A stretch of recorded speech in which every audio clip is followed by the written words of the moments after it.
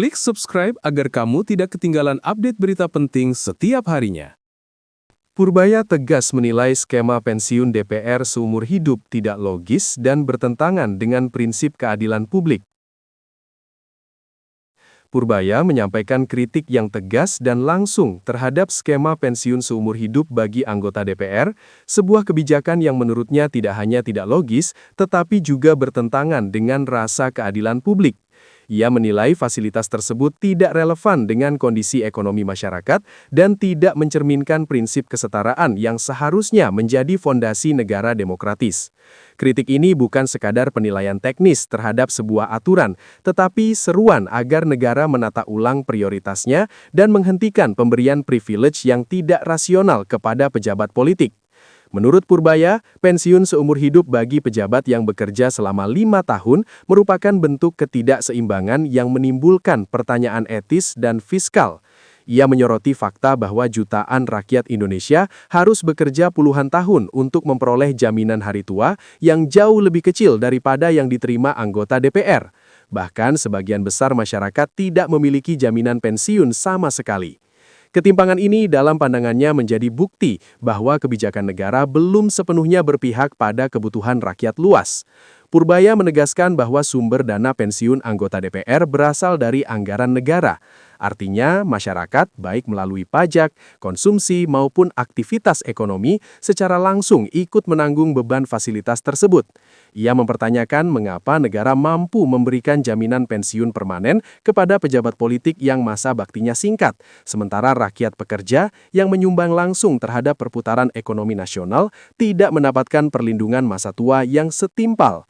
Menurutnya, alokasi anggaran semestinya mempertimbangkan urgensi dan kebutuhan masyarakat yang lebih luas, bukan kepentingan sekelompok kecil elit politik.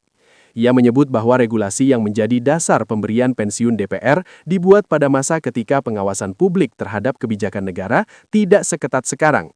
Pada masa itu, transparansi fiskal belum menjadi standar umum, sehingga banyak kebijakan menawarkan fasilitas yang besar untuk pejabat tanpa mempertimbangkan dampak jangka panjang bagi keadilan sosial. Namun saat ini, dengan keterbukaan informasi dan semakin kritisnya masyarakat, Purbaya menilai sudah waktunya negara meninjau ulang aturan-aturan lama tersebut. Menurutnya, jabatan politik adalah mandat sementara yang diberikan oleh rakyat. Mandat ini tidak boleh dipahami sebagai kontrak yang menjanjikan keuntungan finansial jangka panjang bagi pejabat. Politisi, sebagaimana ia tekankan, dipilih untuk melaksanakan tugas legislatif, bukan untuk mendapatkan fasilitas yang jauh melampaui standar umum yang diterima masyarakat. Dengan demikian, memberikan pensiun seumur hidup kepada seseorang yang menjalankan jabatan selama 5 tahun merupakan sesuatu yang tidak sejalan dengan prinsip pelayanan publik.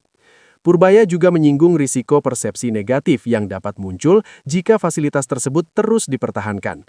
Dalam situasi ekonomi yang menuntut efisiensi belanja negara, publik dapat melihat pensiun seumur hidup sebagai bentuk ketidakpekaan dan ketidakpedulian elit politik terhadap kesulitan hidup masyarakat.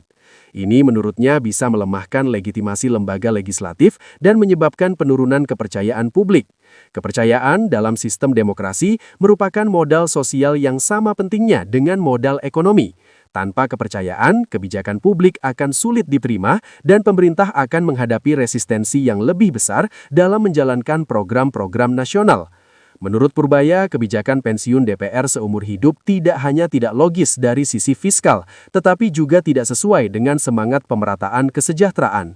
Ia mengingatkan bahwa negara masih memiliki banyak pekerjaan rumah dalam hal penanggulangan kemiskinan, peningkatan kualitas pendidikan, perluasan akses kesehatan, dan perlindungan sosial bagi pekerja informal.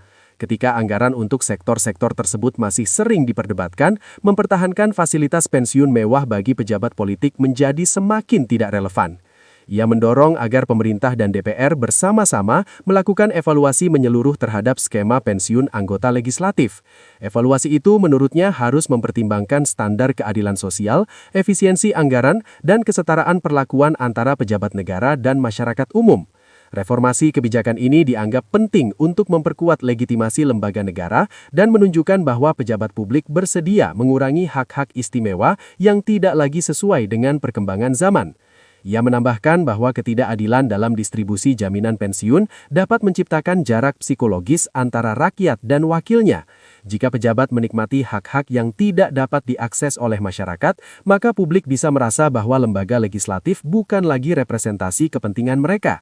Kesenjangan ini pada akhirnya dapat merusak hubungan antara rakyat dan pemerintah dan menciptakan ketidakstabilan sosial jangka panjang.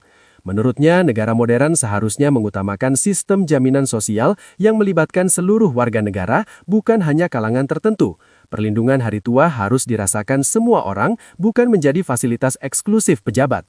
Ia mengingatkan bahwa konsep negara kesejahteraan bukanlah negara yang memanjakan elit, tetapi negara yang memberikan kesempatan setara bagi seluruh warganya untuk hidup layak setelah masa produktif. Ia mengajak masyarakat untuk tidak apatis terhadap kebijakan seperti ini. Ia menekankan bahwa suara publik memiliki peran besar dalam mendorong reformasi. Ketika rakyat menunjukkan keberatan secara kolektif, pembuat kebijakan tidak dapat mengabaikannya begitu saja. Dengan semakin meningkatnya kesadaran politik masyarakat, ia berharap bahwa pembahasan mengenai pensiun DPR seumur hidup tidak lagi dianggap tabu atau sensitif, tetapi menjadi bagian penting dalam diskusi nasional mengenai tata kelola pemerintahan yang berkeadilan. Ia tutup kritiknya dengan pernyataan yang tegas, negara harus kembali pada prinsip dasar bahwa setiap fasilitas yang diberikan kepada pejabat publik harus dapat dipertanggungjawabkan secara moral, sosial, dan fiskal. Jika sebuah kebijakan tidak memenuhi ketiga hal itu, maka kebijakan tersebut harus ditinjau ulang atau dihapuskan. Dalam konteks pensiun DPR seumur hidup,